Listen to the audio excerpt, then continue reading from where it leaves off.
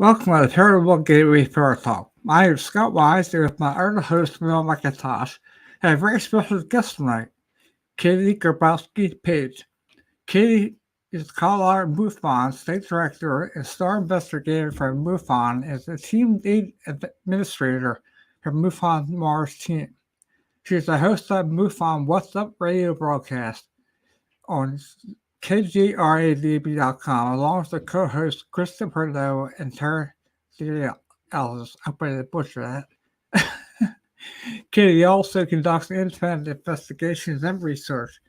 She has been a presenter at several conferences and has appeared on many radio shows and podcasts, including Coast to Coast with George Knapp, Spaced Out Radio, and Coast to Coast Dark Becomes Light with Heidi Hollis, and many more. Most recently, Kay has been seen on Travel Channels UFO Witness, Gaia beyond belief that George Noory, small-town monsters on the trail of UFOs, light visitors, and will appear in Ron James' new film, Accidental Truth. Katie's author of Letters of Love and Light, 4 decades of UFO encounters, experiences, and sightings, shared with the ufologist R. Leo Springle, Ph.D. She is currently writing her second book, High Strangeness on Colorado Ranch, the Colorado Skinwalker Ranch, craft cattle, copters, kidnappings, and cover-ups. Katie has personal ties to Colorado Ranch. This is what motivated her interest in ufology to find answers to all her experiences. Let's welcome Katie to the show. Shoo! Hi, Scott. Hi, Mel. Thanks for having me on. Yeah, it's your honor. I hope I didn't butcher her name, Tara. Tara Diulus. I had to practice it a bunch myself. Diulus. Yeah, she's out of Phoenix. She's awesome. And Chris Deperno, he's the state director for New York, and he's out of New York. So that's a pretty fun show to do. We've got the whole United States covered there, and it's fun doing these shows because you get to meet people, just like you're doing here, and I just love that part of it. Yeah, I enjoy it. I've been doing this for a few years now, so it's fun. And awesome. This is the first time I got anybody from MUFON on. Oh, so, okay. Well, I'm privileged. I think I picked a good one, especially when I saw your experiences you had when you were younger and on that ranch. That's what really, Yeah, it's pretty fascinating because my older sister and I, it's kind of this was the late 70s, and people will sometimes ask me, like, this happened so many decades ago. Why are you still researching it? And why is this still important to you? Well, number one, we don't have answers to what happened out there. And it's very personal to me. It's something that's never left me from when I was a young girl. I was 9 to 12 years old when these things were happening to me, and we were threatened and warned never to talk about what happened on the ranch property. And I never, we never knew anybody knew anything about it, or any investigators were there or anything. It was like this big family secret. And, I actually started in the paranormal world back, when the ghost hunters came out, Jason and Grant, and it was like, I was their number one biggest fan. Number one biggest fan right here. I just did not miss an episode. You can ask any of my kids. Ghost Hunters is on, because yeah, I had a lot of paranormal things, all through from as early as I can remember. And I always compartmentalized these things. I kind of put them in separate boxes. I didn't connect the paranormal to the UFOs, to the ranch, to the, this or that, the other thing.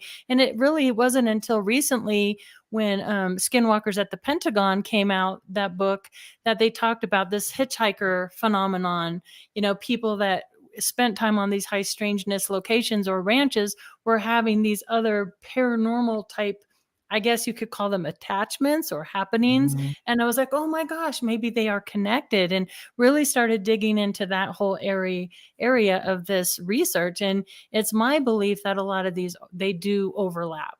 We're perhaps dealing with some of the same similar types of phenomenon. Yeah. So.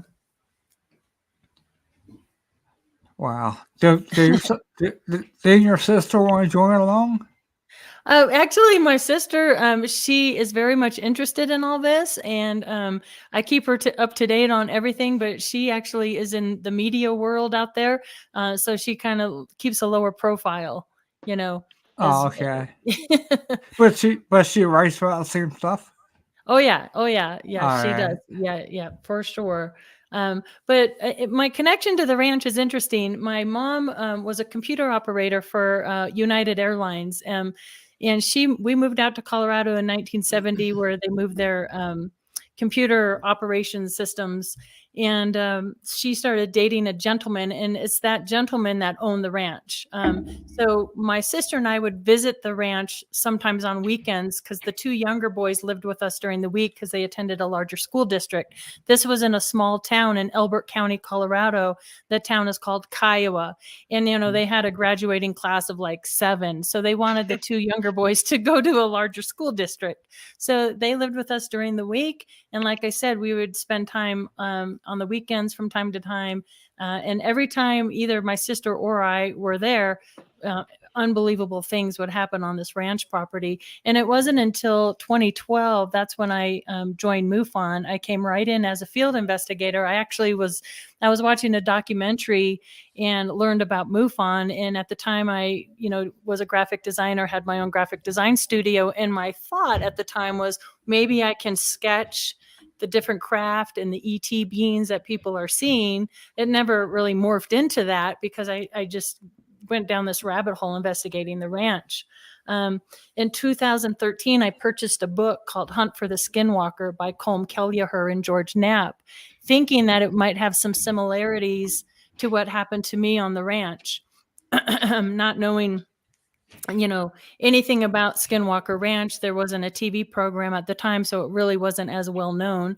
And I started reading that book, and there's a chapter in that book called Other Hotspots. And I started reading about the Colorado Ranch. Yeah.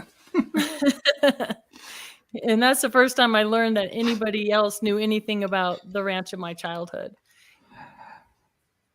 Wow. And that's where I learned that Dr. Leo Sprinkle, Ph.D., was one of the investigators out there, along with Peter Van Arsdale, Ph.D., and John Durr, Ph.D. So there were 3 PhDs out there on the ranch investigating it. And I was like, whoa, wait a minute. People knew about it. They were investigating it.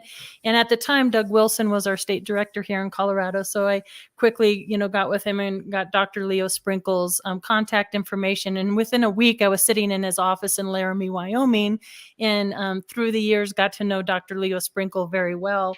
And that's kind of how this book, Letters of Love and Light, came to be. Is, I went to go get all the original documents from the ranch, and Dr. Sprinkle had 72 boxes of all his research. Yeah, 40 years worth of research. And I got lost in Dr. Sprinkle's work. And one night in a lucid dream, this book title came to me, like Letters of Love and Light, because Dr. Sprinkle would always sign his letters, Love and Light, Dr. Leo Sprinkle. And yeah, he was a gem of a man. And he was a psychologist out of Laramie, and he really got interested in the contactee abductee phenomenon, and was a hypnotist. So he would put people under. In fact, he put me under for over an hour and a half. It was a really fascinating experience. I don't know if either one of you have ever been hypnotized.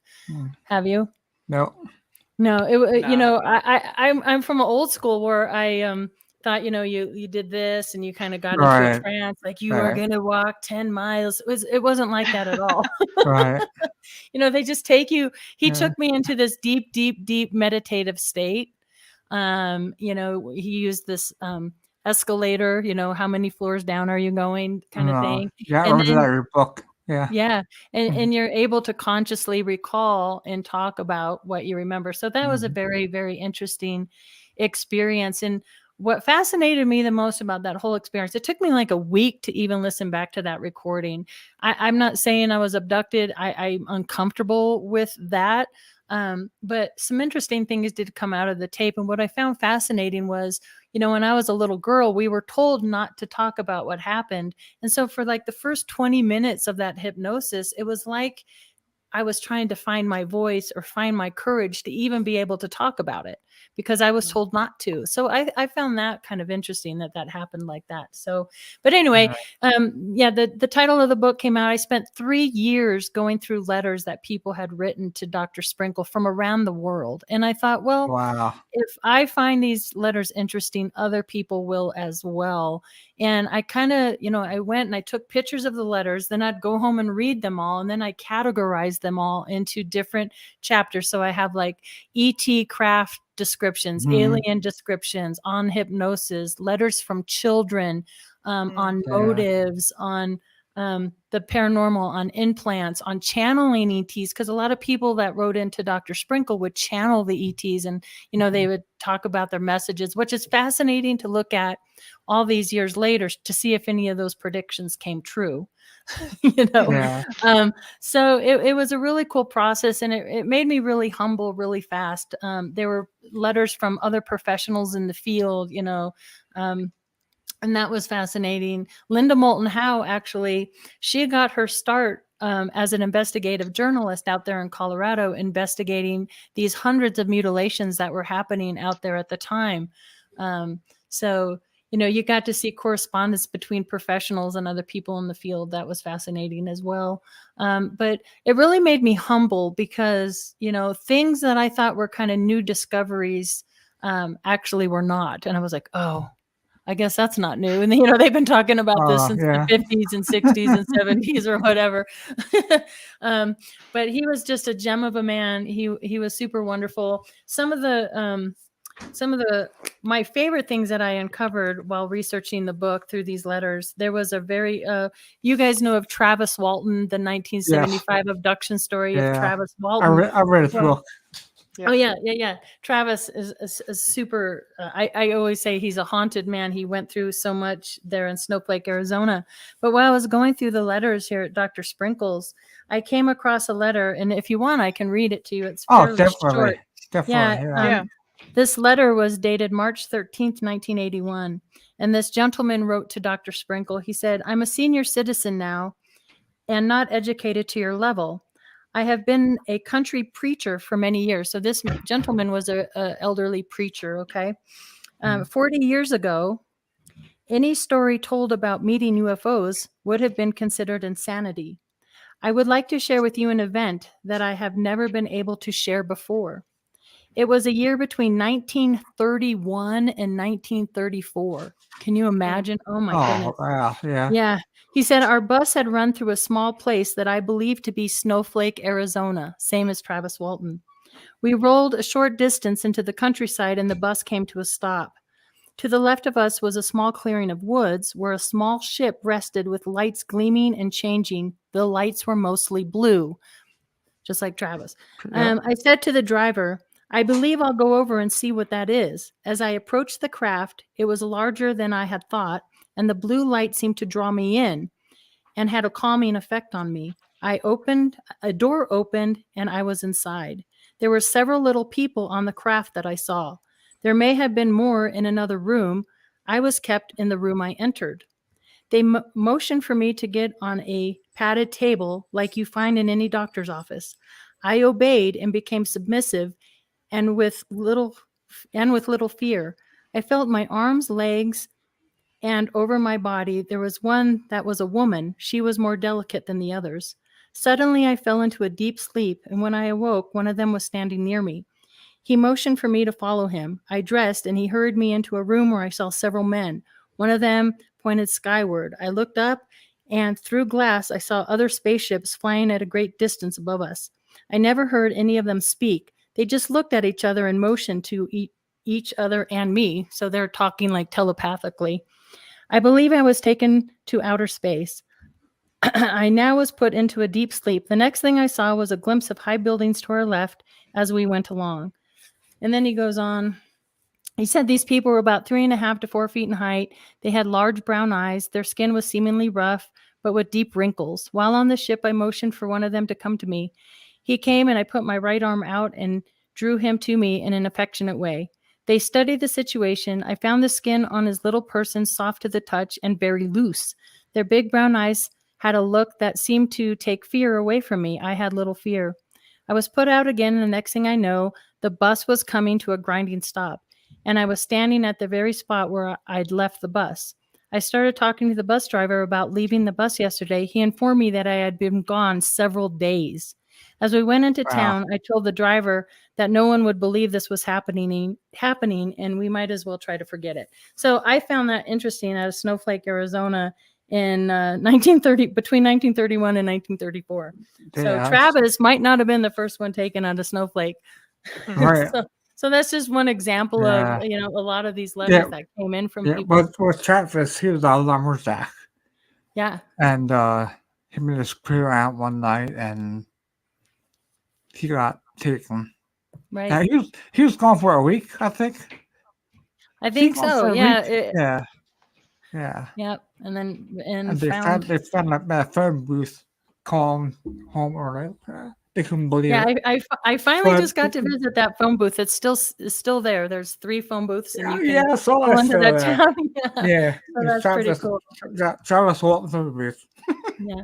But there's letters in here from airmen from Francis E. Warren Air Force Base. That's another fascinating, with so many just different cases. Like I said, things from children's, and then a lot of personal correspondence. The one thing I love that Dr. Sprinkle did is he kept all his return correspondence. So you kind of got to see the progression of his thought throughout the decades, where his mind was. Right. So, because back in the day, you would type them off and you had those carbon copies. So he had all the carbon copies of his return letters. And this archives, it's open for anybody. So if anybody is ever in Laramie, Wyoming, you can go to the Heritage Center and you can check out Dr. Sprinkle's archives. I mean, there's just so much data there. It's fascinating. And I think historic data is so, so important in what we're doing. And there's a gentleman, David Marler, he's outside of Albuquerque, New Mexico. And he is, has one of the biggest archive collections in the United States. And it's just getting bigger and bigger. So I just think that's invaluable to hold on to that data. So did Leo have any audio, like real Leo? Yes, photographs, audio, all the cassette tapes are still in there. It's amazing. Articles, magazines, you name it, it's in there. Did you get access to hypnosis ones? Yes, there's some in there. Yeah, there are some in the. I saw the book, but I thought get to listen to them. That'd be kind of creepy to listen to those sessions. Yeah, I agree. And I'm sure some people get really emotional too. I know for me personally, my voice changed to a little girl's voice, and it creeps me out to this day. Anytime I hear it, I'm like, ooh, what? I just remember the, what is it, Betty and Barney Hill or whatever. Betty and Barney Hill. Oh God, you listen to those? I haven't listened to those. Oh God! I know Kathleen Martin. Because if he has to, it's probably on YouTube. Right. Yeah, I'm sure I could find it. I should ask Kathleen, like, if I could listen to those someday, because that is another really fascinating abduction case. And it took me a while to get comfortable with the idea that ETs would come down and take us. Right. But I think there's just a logical progression of, questions you have to ask yourself. First, do you believe they're visiting our planet? That's the first question. And if that's I guess the first question is, do you believe there's life outside of our planet? And I think that's an obvious yes. And with the Webb telescope, we're learning more and more and more just how many inhabitable planets are out there. So it just seems silly to think we're the only ones. And then next, can they make it to Earth? I think we have so much data. As a matter of fact, when I went to see David Marley, I had a couple big boxes sitting on his desk, and I'm like, nosy Kate, what are all these? They were all pilot reports. Really credible witnesses. So I mean, there's just so many credible people that have had experiences that you just can't overlook that anymore. So yes, they're visiting. And then the next obvious question, if they're visiting, would they abduct people? And I think that's an obvious yes, because I think we would do the same thing as a species. We'd probably do that if we found life somewhere else, Don't you think we would, Mel? I think we would. Yeah, I think that's a really good point based on what we've done with the creatures that we already have on this planet. I definitely think we would. Yeah, exactly. That's why they don't like us very much. That's why they're keeping their distance. These humans are not very nice. Yeah, I think there's many theories why they are. I mean, could be comes down to say you're screwing up the planet. What the hell are you doing? You know? And, right. And that's and could be come from the future to warn us about what's going to happen. There's all different kind of things out there that people think. Yeah, it's hard when you get into trying to guess motives because we're looking at it from a very human, lens, and just like what we think is good and bad. I mean, we don't know. So yeah, when you get into motives, who knows? I have a good friend who giggles and says it's just a bunch of crazy teenagers out for joyrides when they come to Earth. So who knows? But they're terrifying. Yeah. So that book was definitely a passion of love, and I was so happy to complete it before the passing of Leo, and he was such a wonderful man and just a pioneer in his field, and he was the first one to really just give me his time, and I was able to sit and talk about all my memories on the ranch, which another gentleman, he's one of the godfathers of MUFON. His name is John Schuessler. He's here in Colorado, and he's one of the founders of MUFON. Yeah. And he learned of my connection to the ranch property. So when he learned of that, he gave me the briefing document, which is this big, thick book of everything that was reported to happen out on the ranch. And what was really neat about receiving this and all the other original documents that were at Dr. Sprinkle's was I got so many confirmations and validations of memories that both my sister and I had, when you're a little kid and you have unusual things happen to you, both paranormal, UFO, whatever it is, you kind of question your own sanity about that. Like, was that my imagination? Did this happen? What was this? And to see it in writing and to see it documented was like, oh my goodness, I can't even believe that. Not only, we thought this just happened on the one ranch property, but to come to find out, it's the whole dang town of Kiowa and Elizabeth and all, Elbert County and even into Rama and Simla, this whole area was steeped with cattle mutilations and strange, menacing helicopter sightings and Bigfoot creatures and paranormal things and all, you name it, it happened out there. So it affected, hundreds of people, not just me. So that was really, really interesting to find out. And it just opened up this whole rabbit hole of doing interviews and that. I was fortunate enough to be able to go interview the widow of Bill Waugh, who was the sheriff out there, undersheriff at the time. There was George Yarnell was the sheriff, and then Bill Waugh was the undersheriff. And he had passed, but I flew out to Florida with a couple friends and did an interview with his widow and his son. And they both had a lot of information and memories of things that were happening out on that ranch property. One of the things I always question, and what I'm still questioning and trying to find answers for, is how much of this was military related, black access projects going on, maybe some MK Ultra, and how much of it was unknown actual paranormal activity. So this slide here shows that some of the commonalities that the Colorado Ranch has with the Skinwalker Ranch.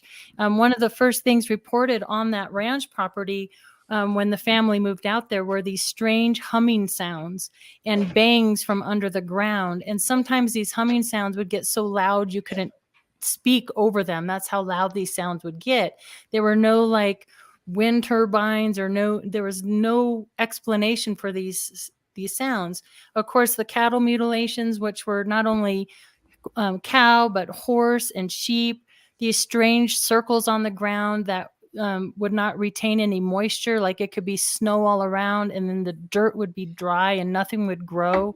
The craft UFO and orb sightings, the Bigfoot creatures out there. The crypto creatures, there were sightings of these large birds out on this property. Wow. Almost like a phoenix type of creature. Really strange. Menacing helicopters. There's a really fascinating publication out there called The Choppers and the Choppers. These and newspaper articles about these helicopters that were chasing like these young girls through fields. I mean, why would they do that? The military presence. Their name were the Thunderbirds. I think when their name for the Thunderbirds, the big birds, there are those sightings as well. There were 2 types of ETs spotted out there, and there were sketches actually of these ET beings that were spotted out there. The older gentleman that lived on the ranch property claimed to have had communication with these ET beings. One was a very mechanical, weird-looking creature with tubes and everything, and the other ones were like very Nordic, blue-eyed, blonde-haired creatures. And they said to have been in conflict with one another, like they were there doing their business and we were in their way kind of thing. There was that mysterious metal found there in that picture. You could see the newspaper article, mysterious blanket of metal found in field, and there's a photograph of it. And they said they went and tested it, but I don't know what happened to it. And then there were these strange disappearing boxes. That I witnessed as well one afternoon during the day. And these boxes, they were bigger than a shoebox. So they had lights on them, and they would emit this strange like bee sound. And if you approach the boxes, it would turn into a different frequency, like an angry bee sound. So I don't know if it was like static magnetic. I had an interesting, I gave a presentation in Laughlin, and this woman came up to me after my talk, and she said, I was thinking about these strange boxes. One thing that was reported when I would speak to ranchers about these mutilations, something they had noticed is the pastures where the cattle were being mutilated would all kind of huddle together and be really calm. Okay. In the adjoining pastures, they would be all freaked out and like sporadic. And so the lady said to me, she goes, do you think these boxes were used to maybe emit a frequency to calm and herd the cattle? Or could they be like a communication device or something? I don't know, but they were very, very unusual. Wow. And the strange boxes were also observed by Bill Wall, the undersheriff. He actually saw one of these boxes on a hill next to a tree. He didn't want to approach it, so he drove back into town, and he got an undersheriff to go with him, or a posse sheriff to go with him. And by the time he got back, he said not only was the box gone, but the tree that was next to it was gone, as if they went into the ground. Oh, man. I'm like, wow. Yeah. Well, if you're standing there when it goes to the ground, you'd be going with it. I mean, what the heck, Some of the years. Oh, my. Yeah, I wish I would have got into it earlier. Because I think there's tons out here in Ohio. When I look on MUFON, there's a lot of sightings out here. Yeah, in Ohio, there sure are. Yeah. We got that Air Force base out here, too, so... Well, you mentioned the Air Force presence. I mean, I went to archives and pulled old maps of the area of the time. And back in the day, back in the late 70s, the Air Force Academy owned a lot more property than they do now. And in fact, the ranch kind of butted up against that. Oh, if you want to go back, I could kind of go through some of the... Oh, yeah, here's... You got the Air Force one? Yeah, this one's good. The military map here. So the red star there is where the ranch was at the top of the picture there. And then you can see, these other stars. You had the Air Force Academy, you had Cheyenne Mountain, NORAD, Fort Carson, Shrevner Air Force Base, and then you had Peterson Air Force Base. And then right by Fort Carson too is Butte. And Butte actually has one of the largest collections of helicopters in that. And that the Air Force there, their property went really close up to where the ranch was. And we definitely know we had a military presence out there. In the archives at Dr. Sprinkle's, there were some handwritten notes that Dr. Sprinkle had written. And one of them speaks of a military gentleman from Camp Carson. This one is the Bill Wall one. I think Yeah. You might have the other ones in here. Did I see this one right here? This one. Yeah. So this one from Camp Carson, it says Warren, and then it was redacted out from Camp Carson visits the ranch. He felt something wrong and wouldn't go into the woods. Then he felt something take over his mind, made him walk towards the woods, would release him, and he could run back. And it did this to him 5 times. So when I saw that in Dr. Sprinkle's notes, I'm like, first of all, why was there Warren something from Camp Carson on the ranch? Number one, that's the first question. Why are they even there? And number two, that to me sounds like MK Ultra kind of stuff, mind control. So that was really interesting to find. And then the other one, the one you just showed a second ago, this was another one I thought was interesting. This was Bill Waugh, the undersheriff at the time. He said, Bill Waugh, undersheriff, wants to talk to someone. Has seen ships going into the ground, boxes, mutilations being done. Nobody will talk. He doesn't want investigation because of the publicity. No stigma. Credentials are an important factor. They didn't want to lose their jobs, or they didn't want to think they were crazy or whatever. John would go back. That's John, the gentleman at the ranch property. NORAD colonel said bluntly to forget about it and to shut up. Air Force head has a directive to handle UFOs and Bigfoot. So that I'm like, holy cow. It's interesting, when I interviewed Bill Waugh's widow, Jean, and his son, I mean, he said that the Colorado Bureau of Investigations was involved. And basically, since they were almost mutilations happening daily, Linda Moulton Howe was aware of this. You have to remember, this was back in the late 70s. We didn't have cell phones or internet or anything like this. The Cattlemen's Association had a $10,000 reward for, I'll get into those in a little bit, $10,000 reward for people catching the mutilators. People had loaded shotguns by their door. People were up in planes. George Yarnell was up in airplanes. Bill Waugh was up in airplanes looking for these mutilators, and nobody was ever caught. Nobody was ever caught, not the military, nobody. And the Colorado Bureau and the police were being told from the Air Force to just lie about it, just, to play it down. But if you go back to that calf, let me tell you the story about that, the one you just had up. Yeah. This was this one right here. This was a woman named Sheila I went and interviewed, and her family pioneered the area. And she moved to Rama, Colorado, which is right by Kiowa, right out of high school. So this would have been like 1978. And her husband had a cattle ranch out there. And her husband was on horseback checking the cows for calves. And he came across a dead calf. These are her actual photographs. The one on the right, sorry, they're kind of graphic, but that's what a coyote kill looks like. When a coyote jumps up on the hind and just rips at the calf alive. They eat him alive. The one on the left, what happened was her husband saw this dead calf, and it was laying on the ground. It had 4 cuts in a perfect square with the top of the skin removed. But the skin underneath the fur was still there. So it was just 4 incisions. So he got on his horse and he rode back to the ranch house and got Sheila. They came back in the pickup truck, and she said that took about 20 to 25 minutes. When they got back, the calf had been completely mutilated with a cauterized cut, blood drain, organs removed. And she said the only thing that was around the calf was the horse prints from her husband being there earlier. No track marks, no footprints, no car marks, no helicopter sounds, nothing. She said it felt like they were being watched. She said it was really eerie, really, really scared them. Completely different than a coyote kill. Well, chupacabra. Yeah.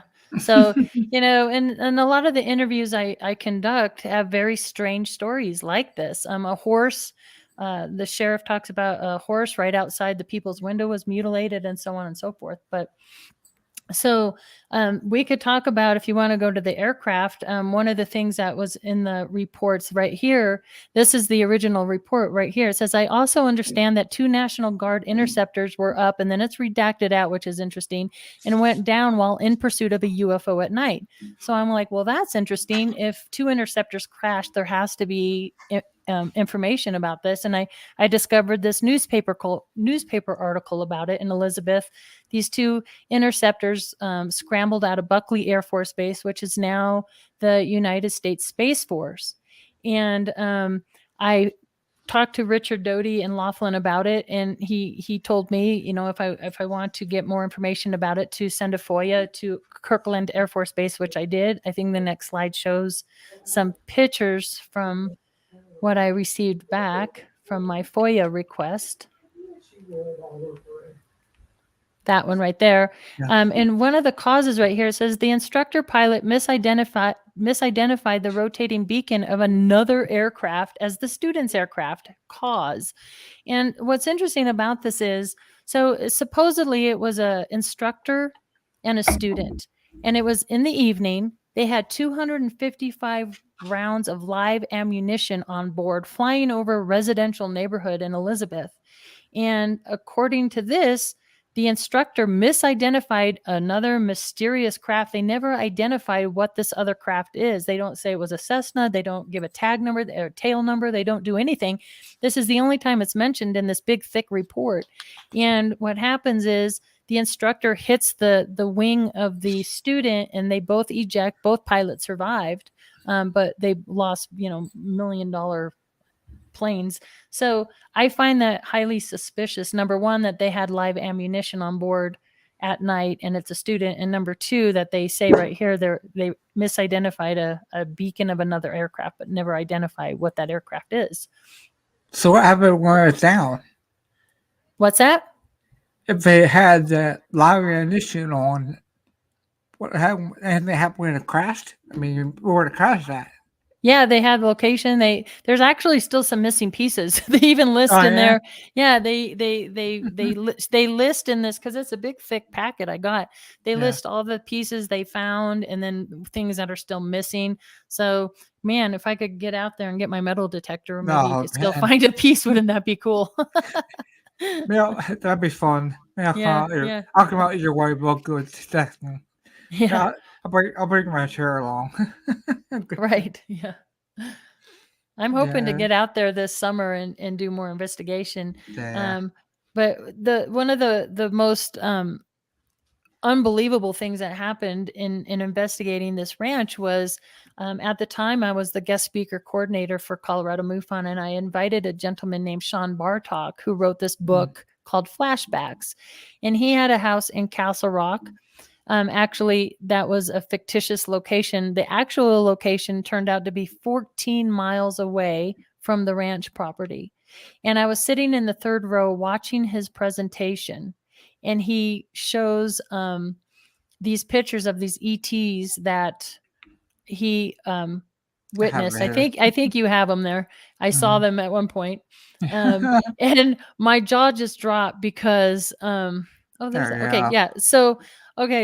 the drawing on the left with the tubes in the neck, and he did tell me those tubes expanded.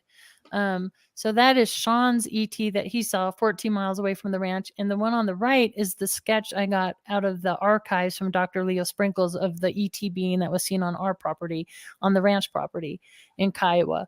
And I don't know about you, but they look awful similar to me. The shape of the head, the wrinkles on the forehead, the wrinkles around the mouth, the shape of the eyes, all of it.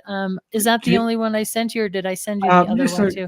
I'm sure you sent me last though, but do you think the one with the tubes come out, or is that elder? Yeah, because the one on the left, he said those tubes in the neck. There's another sketch that he made, and it shows the tubes out like the other one. So they're very similar, and they have very spindly arms. They're very mechanical looking, and I feel like they're possibly AI type of being. And now the one with the Bigfoot sketches, that's another sketch that was in Dr. Sprinkles here. This was interesting. I gave a presentation. I'm not sure where it was. But the one on the right there, the darker one, was in Dr. Sprinkles' files of the Sasquatch that was seen on the ranch property, which, by the way, when I was little, my mom called them white fuzzies because they were like gray and white in color. Oh, wow. And I think she called them that because at the time there was a book called TA for Tots, and it was a book that talked about warm fuzzies and cold pricklies. And I think she was trying to make them not so scary for me. So she's like, oh, they're just white fuzzies, but they were Bigfoot creatures. But the sketch on the left, and I'll read this to you here. This is a letter I got from Bob Solis. And he said, I will confirm to you that in 1996, I was in contact with the widow of, and I redacted it, Sands. Sands was a deputy sheriff for Cascade County, Montana, near Great Falls in the 70s. In one letter, she states that he also served on a special team secretly funded by the Department of Agriculture, which is interesting as well because Richard Doty told me I should FOIA the Department of Agriculture to see what was happening out there in Elbert County. Anyway, the purpose of which was to determine the cause of many cattle mutilations, UFO sightings, and Bigfoot reports. He was asked many times to take polygraph tests of airmen stationed at Malmstrom who had seen UFOs. In one letter, she states, I am an artist and in 1977, so this is the same year, was called to the sheriff's office to draw a picture of Bigfoot from an eyewitness who passed the polygraph. This is confirmation for your story. And then he recommended a book called Mystery Stalks the Prairie by Keith Wolverton. It's a great book. I recommend it. Anyway, so it goes into details about the cattle mutilations in Montana in the 70s, which is, so these two, to me, these Sasquatch Bigfoot look so identical. Oh, they do. So close. And what's interesting too, about these mutilations, like I said, it wasn't just cattle, it was horse, it was sheep, and also dog. But the sheriff, Bill Wall, he kept a board, and I had confirmation of this from his son and his wife, that they had a board. And so anytime a mutilation would happen, and these were occurring, Montana, Wyoming, Colorado, New Mexico, Kansas, Nebraska. There was even one, I think, in Illinois and Arizona, just that whole corridor down, the whole Midwest. Yeah. And they would put pins in where these things were occurring. And sometimes they were occurring really close to the same time. And some theories at the time were, these satanic cults. I think we can safely rule that out. A lot of people believe, it was just all the military. There's no way. Maybe some of them were conducted by our military, but I can't believe all of them were. There's just too many that are unusual,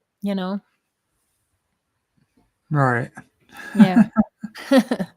Just like Sheila's with the calf. Like they would have caught, if there was a military doing that, they would have caught them in the act, and it's just doesn't make any sense.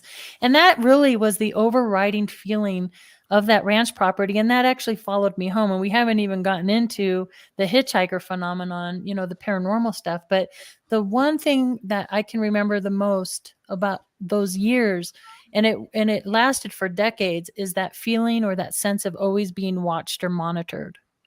You always felt like you were being watched. Wow. Yeah, very, very eerie. Very, very eerie. I don't know if I don't know. I mean, I got ghost hunting and stuff. I feel like I'm walking around there because I know they're there, but I'm expecting it there. I don't want to bring it home. Right. Well, it's that same kind of feeling when you go and you do a ghost hunt or you're in a paranormal place. It's that intuitive, instinctual feeling that you get. You can feel an energy in a room. People that are sensitive to that can actually pick that up, and you kind of know when you're not alone. It was that intense feeling, but all the time. And when I was a young girl, I compartmentalized that, and I didn't really connect it to the ranch. I just thought it was our house was haunted, and maybe it was my dead grandmother's ashes that were making my house haunted. But there were these tall shadow beings that would show up in my room, mostly by twos, sometimes three, but they would peek around the door or stand by the side of my bed or at the foot of my bed or near the closet. And I would not sleep alone. My sister slept with me. I had to sleep with my sister. We had the bed against the wall kind of thing. I was terrified all the time. These blue strange orbs were also around, footsteps in the house, just your typical paranormal activity, so I do believe that's connected to the ranch activity. Wow. Now, what's going on with the ranch now? Well, we've been in contact with the people that own it, and there's some really interesting developments that are going to be happening this spring and summer that I'm really excited for. So there's yet more to come, and hopefully some good research will be happening this spring and summer out there. I win the lottery, check them out. Yeah. I have very mixed feelings about getting back onto that property. Right, And I bet yeah. you would. Yeah. It's kind of interesting because I think we went through all the slides. Did we go through them all, or I'm not sure. I'll just see real Yeah, quick. let's see if there's any. There's a calf. I think it's a calf was that one. Oh yeah, this is the article of the Yeah. mysterious blanket of metal found. Yeah. And if anybody's watching that knows who has this, I'm sure our military has it. Somebody has it. But that is fascinating because that looks very unusual. It does. Yeah. That's weird. Yeah. So Hey, yeah, that's another mystery out there. That was south of Rama, real close to where the calf was found. That was that back in 19? It's hard to see out glasses on. Yeah, it's probably 1975, probably is what that says. Yeah, 75. Yeah. Yeah. Yep. July 1st. That's it. That was really neat when I flew to Florida to meet with Keith and Jean there, the sheriff's wife and son. Jean pulls out this big blue binder, this big blue binder, and it was just chocked full of all these old newspaper articles that she had saved all these years about everything that happened out there. And she was so gracious. She's like, take them home with you and copy all of them and then just mail them back to me, which I did. And there was, I took that information and we pulled all the names of people and information and dates. And it was just amazing that she had kept that all these years, and a treasure trove of information. So that was really great. Because I learned so much from that, about the rewards that were handed out. It started with $1,000 reward. And then by the end of this, like I said, people had loaded shotguns by their door. It was a $10,000 reward for anybody. That's a lot of money back in the late 70s. So, they were actively looking for these perpetrators of these mutilations. So, yeah. And in UFO folklore, this ranch was known as Clearview. They did not want the location of the ranch known because they didn't want people coming to the town. It's still a very small town. So I did find old newspaper articles talking about Clearview right here. Town has unusual amount of UFOs. Clearview is close encounter capital of the U.S. Does one town have UFO monopoly? This is all about Kiowa and Elbert County. And this was the APRO report. It's APRO who went out and investigated this ranch. And it was dropped. A lot of people didn't think this ranch was credible because of the one gentleman. So here we have a phenomenon that is affecting a whole entire town, over 200 and some people. Yet this case was kind of dropped and ignored because the family that moved in, the family that we knew, they had originally moved from the city into the small town. So, in the late 70s, the boys had a little bit longer of hair. So they were like, oh, are they like dealing drugs? Are they druggies? Are they this? And I have to laugh at this because if you know this family, it's like that's so far from the truth. It's not even funny. So there was some question about drug use with this particular family, and my mom dated the one gentleman, like I said, that owned the ranch, and he went on to be a police officer for Aurora, Colorado, and he drove a little Vespa with a briefcase. This man probably never did a drug in his life. So when I found out that there was suspicion of drug use and that with the family, and that's why they kind of dropped the case and all that, I just thought that is the most ridiculous thing I've ever heard because A, I knew the family and I knew that wasn't true. And number two, it affected way more than just the people that lived on the ranch. Right. Yeah. So. Oh, yeah. Yeah, I had long hair back then. I didn't do drugs. Not a lot. Right. Well, and that's another good point. I mean, just because you smoke marijuana or whatever, does that negate that you can have a paranormal or UFO experience? I mean, maybe if you're highly intoxicated and drunk, you might want to, well, maybe, you can question a little bit more. Definitely if you're taking, LSD or shrooms. Then maybe I won't believe what you're telling me. Like you did some DMT. I don't think, you had a real encounter. So you do have to consider these things, but yeah, I don't know if one beer is going to make you hallucinate a whole ET encounter. So, and there's some beer out there I get buzzed on with one, but Mm-hmm.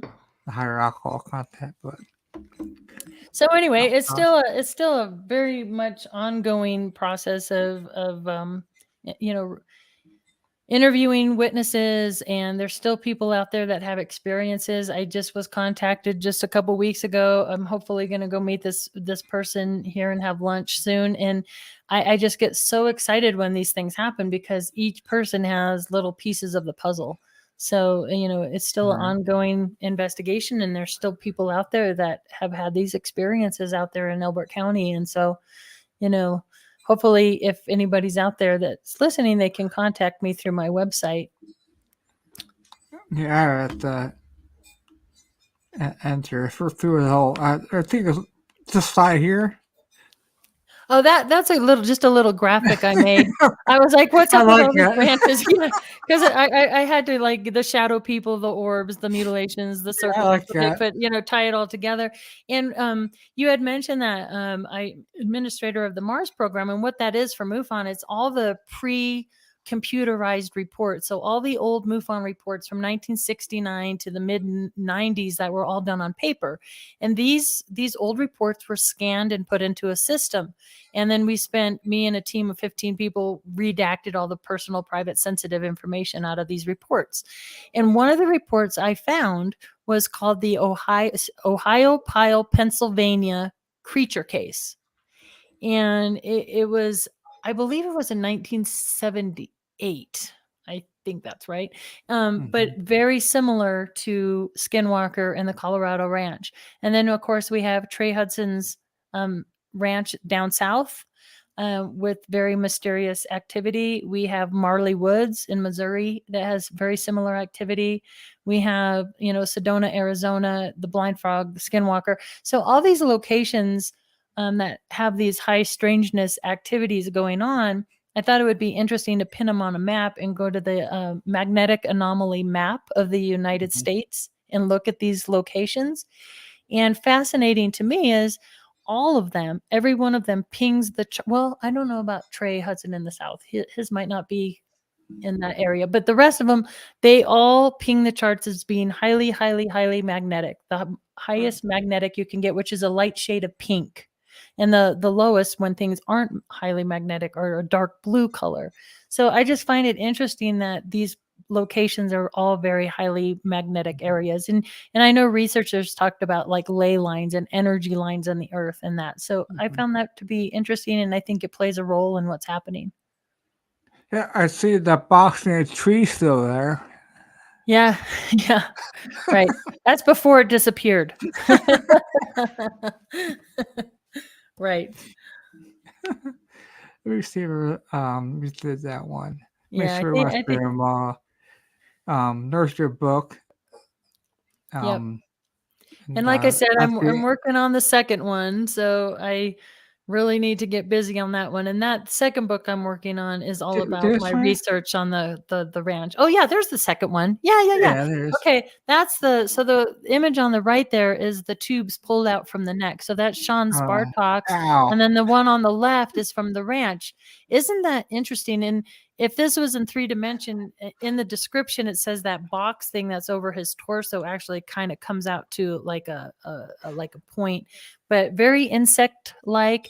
And those AI pictures I pulled off of a popular mechanics magazine. I was at the grocery store waiting in line, and there was a big article about AI, artificial intelligence, with these photographs. And it just kind of dawned on me. I'm like, oh, wow, those things in the neck look like what was seen on the ranch. So I thought, could they be AI? Just kind of a, aha moment. I was thinking, well, possibly connected to those boxes. And like I said, in the reports, they talk about 2 types of ETs being on that property, a very Nordic type, and these creatures, whatever they are. They're very unusual looking. But yeah. Wow, that's kind of creepy. I don't want him showing up in my bedroom at night. Here has your information at the bottom too. I have my last place. So special thanks for you to come along tonight, because So, question for you. Like I'm on the MUFON site. How can I? Is there a way to join it somehow, or? Oh, to join MUFON? Yeah, is there a way to join and how? Yeah. Like, and what is a star investigator?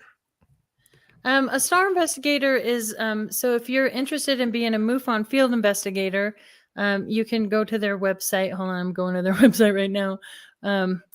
And you buy a manual, you study it, you take a test, you go through MUFON University, and then you'll work with your state director, and you'll do 3 to 5 cases with another field investigator. And once you're there's a tab on the thing say join, so you can join now. You have to join MUFON to become a field investigator, and then if you go to the report. Is it Reporter UFO? No, it's not Reporter UFO. It is join. Oh, right here on the join tab, there's become a MUFON field investigator, and that's where it walks you through step by step through the process of becoming a field investigator. And then once you have so many cases under your belt, your state director for your state will determine if you're ready to be a star investigator. Basically, they have different categories of cases. They have a category 1 case, which is a light in the sky. Category 2 case is maybe photograph, video evidence, a little closer in. And a category 3 case is your most significant cases where you have a very close encounter. And those category 3 cases are typically what the state directors will send the star team investigators out on. Oh, that's cool. Yeah. So we're always looking for field investigators, and MUFON has been very, very busy lately. Colorado averages about 15 cases a month. It keeps our field investigators very busy. It ebbs and flows, of course, depending on the time of year. Obviously, we get more reports in the spring and summer when we have more people outside looking up at the skies. So, cool. yeah. Yeah, so sounds like a lot of fun. I'm sure take people out here because the Air Force Base for MUFON. So I'll just check who the director is here. And yeah, it is a lot of fun, and it doesn't, it takes a little bit of time to investigate a case properly, but, a lot of people think that you have to go out on site a lot. Most of what we do is done on the computer. You're conducting interviews via phone or Zoom or emails back and forth, and you're looking at like Stellarium and Heavens Above and Flight Radar 24. So a lot of the investigating we do is actually just on a computer. right. If you get a case, I love that because I'm home all day. I can't get out and do stuff. I'm pretty pure all day, so right. it gives me something to do. I love research. So, yeah, you'd be a great candidate to do that. We'd love to have you for sure. And also on the MUFON website, you can go to your state. It says find a chapter, and you can see who your state director is in your chapters or in your state. You can, whatever state you're in, just find your state, and then you can reach out to your state directors for your state, and they can help you walk you through becoming a field investigator. But for those field investigators out there, you get a lot of lights in the sky, and it can kind of get a little monotonous, or you'll get, oh, that's Elon Musk, Starlinks or whatever. But every now and again, you get a really, really good case. So, keeps it interesting. yeah. Yeah. So. Yeah, definitely have to check into that. So. It'd be awesome. Before we go, everybody go to Amazon to get her page, her book, because from Paige. Yeah, thank you. Yes, it's labor of love. I loved it. I loved it, and especially when you break it down into each section.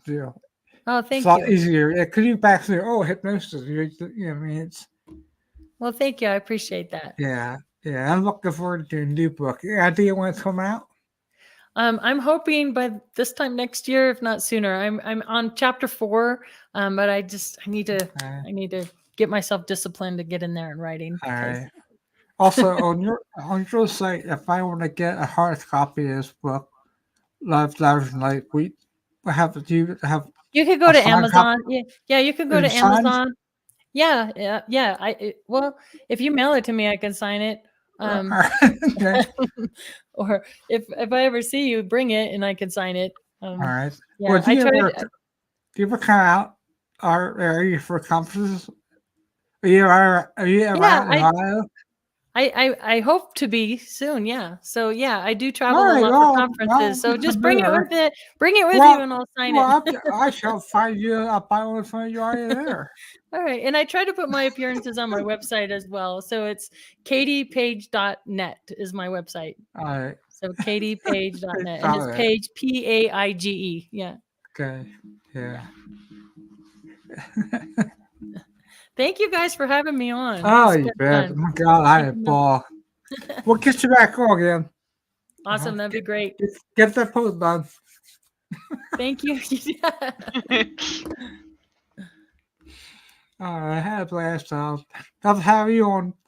And like I said, we'll get back on again. It was an absolute pleasure having you on. Thank you. Yeah. Good night.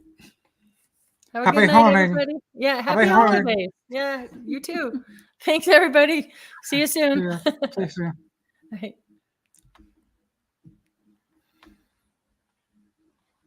Yeah, happy hunting.